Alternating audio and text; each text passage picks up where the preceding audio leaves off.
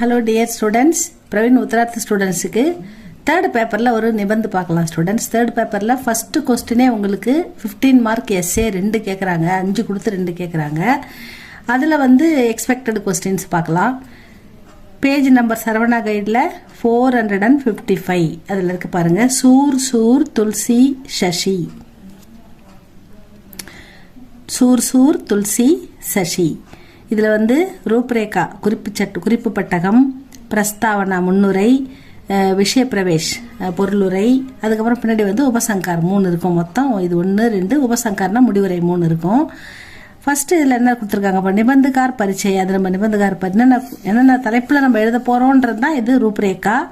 நிபந்துகார் பரிச்சை, விஷம்தா அதாவது ஒற்றுமை, அதாவது என்ன சொல்றது வேற்றுமையின்மை அப்படின்னு கேட்டிருக்காரு. அடுத்து துளசிகாராம் துளசியுடைய ராமன்,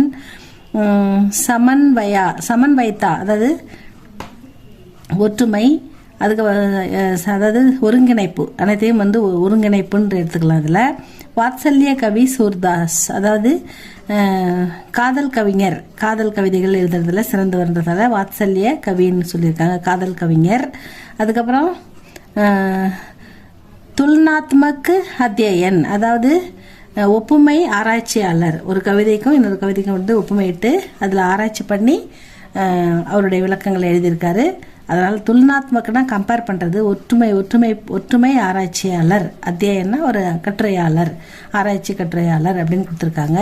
இந்த தலைப்பில் தான் நம்ம இதில் கொஞ்சம் ஒரு 5 பாயிண்ட் எழுதுங்க ஸ்டூடெண்ட்ஸ். அது பெருசாக இருக்குன்னு பார்க்காதீங்க.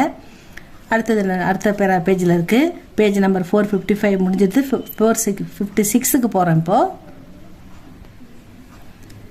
நிபந்துகார் பரிச்சை ஆசிரியருடைய அறிமுகம்.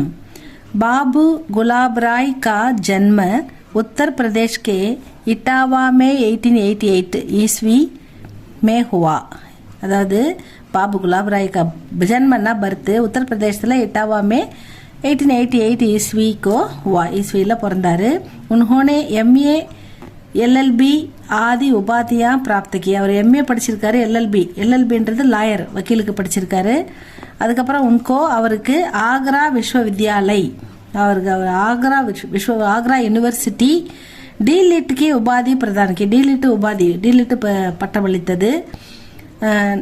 नवरस 1920 सिद्धांत और अध्ययन 1946 काव्य के रूप.